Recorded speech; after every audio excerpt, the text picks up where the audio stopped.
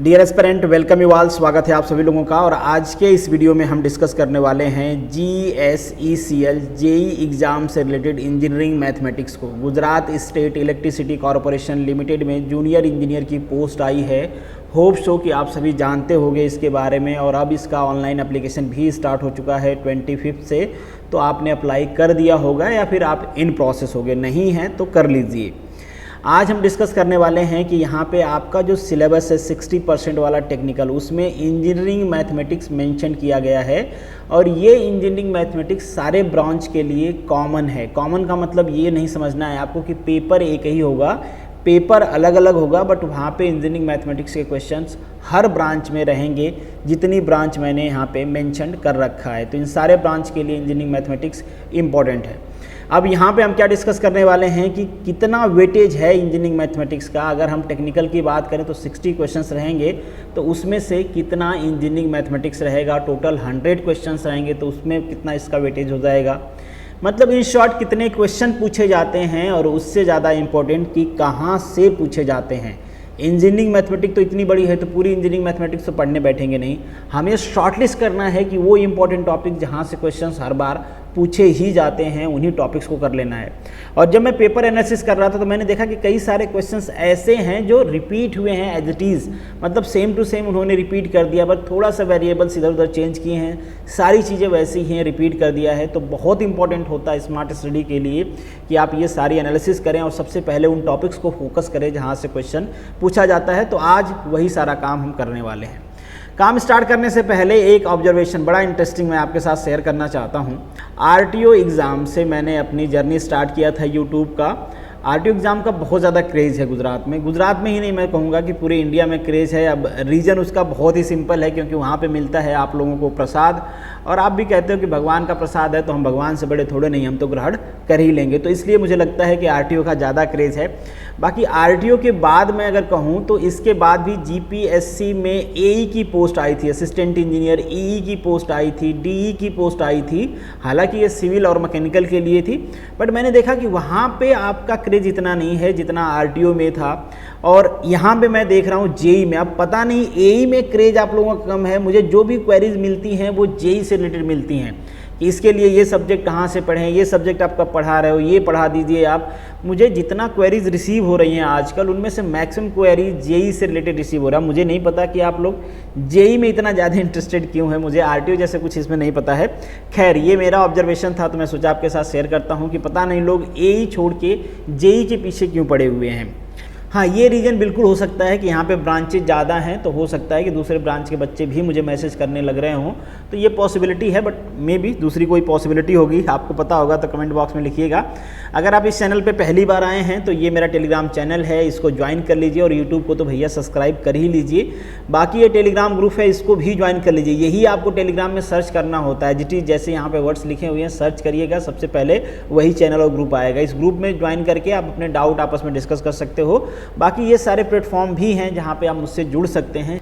और वीडियो के स्टार्ट करने से पहले एक डिस्क्लेमर भी मैं आपसे बताना चाहूँगा कि जनरली आप जब सिलेबस देखोगे तो वहाँ पे केवल इंजीनियरिंग मैथमेटिक्स मेंशन है, कोई टॉपिक आपको बताया नहीं गया है। ये टॉपिक जो मैं आपको बता रहा हूँ, ये एग्ज़ाम पैटर्न के हिसाब से जिस टाइप के क्वेश्चन पूछे गए हैं, जो प्रीवियस रिकॉर्ड है उसके हिसाब से बताया हूँ। According to the examination body वो तो यही कंसिडर करेंगे कि आपको पूरी इंजीनियरिंग मैथमेटिक्स पढ़ना है। इसका मतलब ये है कि अगर आपके पास टाइम है तो आप पूरी मैथमेटिक्स पढ़ें। अगर टाइम कम है, आप चाहते हो कि यहाँ पे वही टॉपिक पढ़ें जो पूछा जाता है या जिसकी प्रोबेबिलिटी ज़्यादा है, वो पढ़ें। बाकी टाइम बचता है उसको दूसरे टॉपिक पे फोकस करें, ताकि एक कॉम्युलेटिव आपका जो प्रिपरेशन है वो हो पाए। तो उस हिसाब से आप इसको देखना, इस हिसाब से ही आपको इसको कंसीडर करना है। अगर आपके पास सफिशिएंट टाइम होता है तो हमेशा बेस्ट तरीका वही होता है कि आप जितना भी सिलेबस में मेंशन्ड है पूरा सिलेबस करके जाएँ।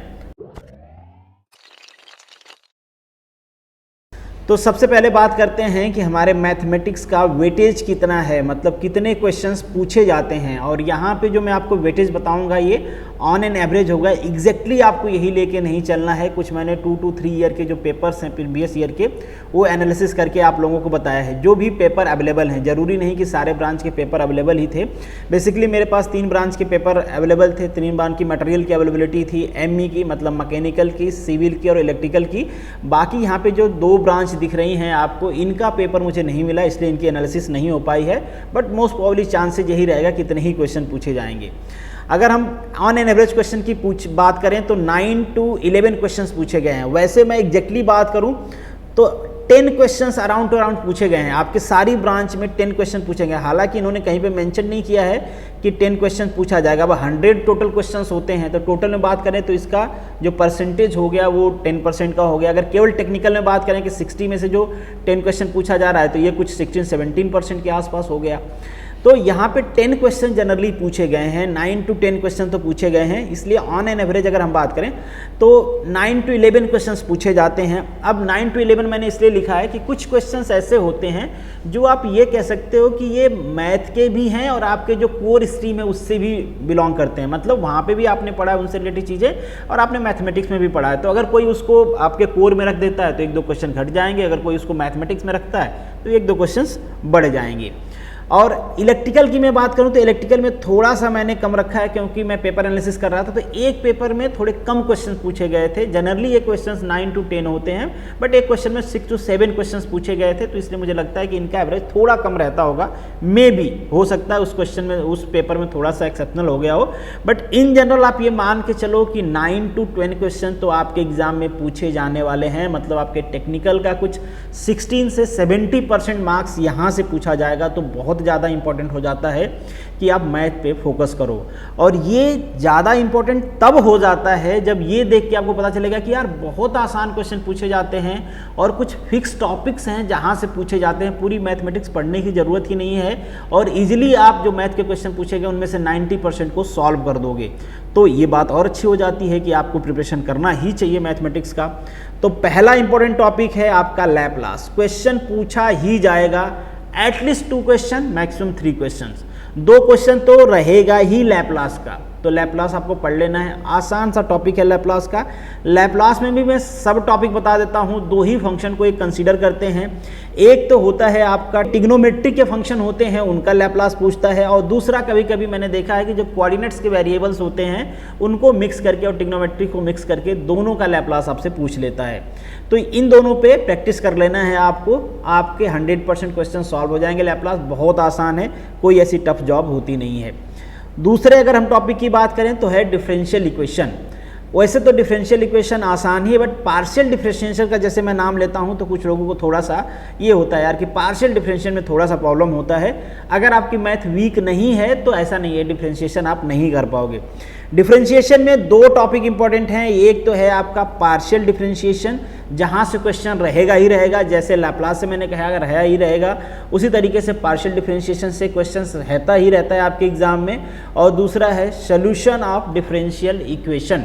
जो डिफरेंशियल इक्वेशंस आप लोगों ने पढ़े होंगे, मुझे नहीं पता 3rd में पढ़ा, 4th में किस सेमेस्टर में पढ़ा होगा आप लोगों ने, डिफरेंशियल इक्वेशंस आप लोगों ने पढ़ा होगा, उस पर भी क्वेश्चन पूछा जाता है। बट यहाँ पे अगर इंपॉर्टेंट की बात करें इन दोनों में तो ये ज़्यादा इंपॉर्टेंट है। बट आपको इतना भी शॉर्ट वे नहीं लेना है। एटलीस्ट जितना टॉपिक मैं यहाँ पे बता रहा हूँ उतना तो आपको कर ही लेना है। बाकी ये जो 2 ब्रांच के लोग हैं आपको घबराने की जरूरत नहीं है। आप लोगों को भी यही सारे क्वेश्चंस करने हैं, यही सारे टॉपिक करने हैं।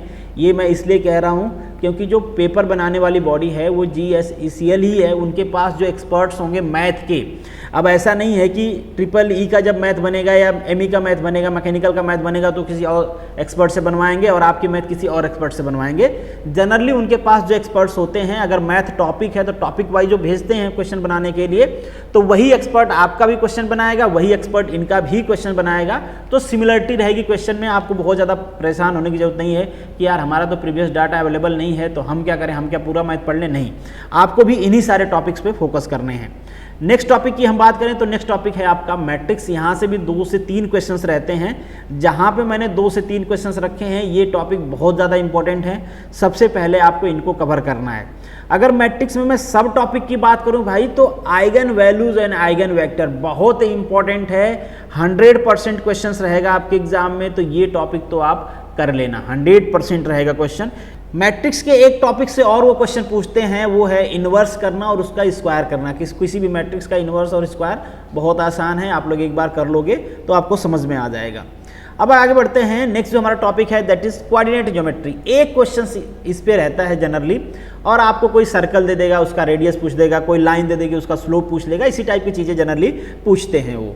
तो एक क्वेश्चन यहाँ से रहता है, इजी रहता है, आप सॉल्व कर पाओगे थोड़ा बहुत। अगर आपका बेसिक है कोऑर्डिनेट ज्योमेट्री का तो आप इजीली इसको कर पाओगे। कभी कभी इसको भी डिफरेंशिएशन से ऐड कर देता है, मैक्सिमा मिनिमा टाइप का, तो वो आप डिफरेंशिएशन में उसको कंसीडर कर लेना।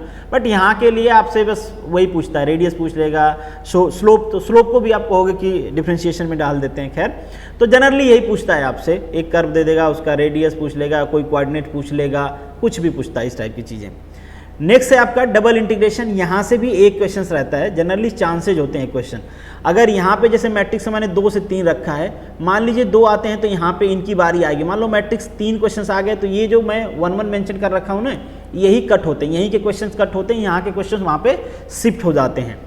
तो डबल इंटीग्रेशन से भी मैंने देखा है कि एक क्वेश्चन रहता है इन जनरल। डबल इंटीग्रेशन भी आप, मुझे लगता है कि सॉल्व कर लोगे। कुछ 2 से 3 रूल हैं डबल इंटीग्रेशन को सॉल्व करने का, तो उतना तो आप कर पाओगे। बहुत इंपॉर्टेंट है फोरियर। बाकी जो मैंने ये 1-1 लिख रखा है ये शायद कट हो जाए, बट फोरियर जनरली मैंने देखा है कट नहीं होती है। इसका क्वेश्चन एक रहता है आपके एग्जाम में, तो फोरियर कर लेना। एक बार मैंने देखा कि फोरियर नहीं है, उसके जगह पे लैग्रेंजेस दे रखा है। एक पेपर में बस ऐसा हुआ था, आई थिंक सो कि इलेक्ट्रिकल के सेकंड शिफ्ट का पेपर था या फर्स्ट शिफ्ट का था, याद नहीं है। बट इलेक्ट्रिकल के किसी पेपर में एक शिफ्ट में क्या दे रखा था, लैग्रेंजेस दे रखा था, इसके जगह पे फोरियर सीरीज पे। बट मैं हाईली रिकमेंड करूंगा कि आप पहले फोरियर कर लें, फिर आपको टाइम मिलता है तो आप लैग्रेंजेस भी कर लें। अगर नहीं करेंगे तो चलेगा, बट ये तो करना ही करना है आपको। नेक्स्ट है आपका कॉम्प्लेक्स वेरिएबल। कॉम्प्लेक्स वेरिएबल से भी सिंपल क्वेश्चंस ही पूछे जाते हैं। अब डिटेल में हम डिस्कस करेंगे जब कभी मैथ के प्रीवियस ईयर का सोल्यूशन मैं आपको करवाऊंगा, तो वहाँ पे आपको पता चलेगा कि किस टॉपिक से किस लेवल का क्वेश्चन पूछा जाता है, मतलब उसकी डिफिकल्टी लेवल क्या होता है। कॉम्प्लेक्स वेरिएबल में कुछ लोग घबराते हैं कि यार ये मुझे नहीं आता है। जनरली मैंने देखा है लोग कॉम्प्लेक्स वेरिएबल से भागते हैं। कॉम्प्लेक्स वेरिएबल हुआ, डबल इंटीग्रेशन हुआ, डिफरेंशियल इक्वेशन का सोल्यूशन हुआ, ये जनरली मैथ के वो टॉपिक्स माने जाते हैं जिसमें स्टूडेंट घबराते हैं, उनसे गलती होती है, नहीं पढ़ना चाहते हैं, उनको टफ फील होता है। तो जब कभी हम प्रीवियस ईयर का सोल्यूशन करेंगे तो वहाँ पे आपको पता चल जाएगा कि डिफिकल्टी का लेवल क्या होता है। जनरली जो कॉम्प्लेक्स वेरिएबल के क्वेश्चंस मैंने देखे हैं उनके डिफिकल्टी का लेवल मीडियम होता है। जो सोल्यूशन वाला है उसके डिफिकल्टी का लेवल आप मीडियम से थोड़ा सा ऊपर रख सकते हो, और बाकी जो हैं बाकी तो आसान ही पूछे जाते हैं, आप इजीली कर पाओगे। तो कॉम्प्लेक्स वेरिएबल भी कर लेना है। जनरली 1 से 2 क्वेश्चन पूछे जाते हैं, बट मैंने यहाँ पे वेटेज में इनको 1 ही दिया है। बाकी ज़्यादा इसलिए दिया है क्योंकि उनके क्वेश्चन रहते ही रहते हैं। तो this is the end of this video. Hope so कि आपको कुछ यहाँ से आइडिया मिलेगी कि किस तरीके से प्रिपरेशन करना है।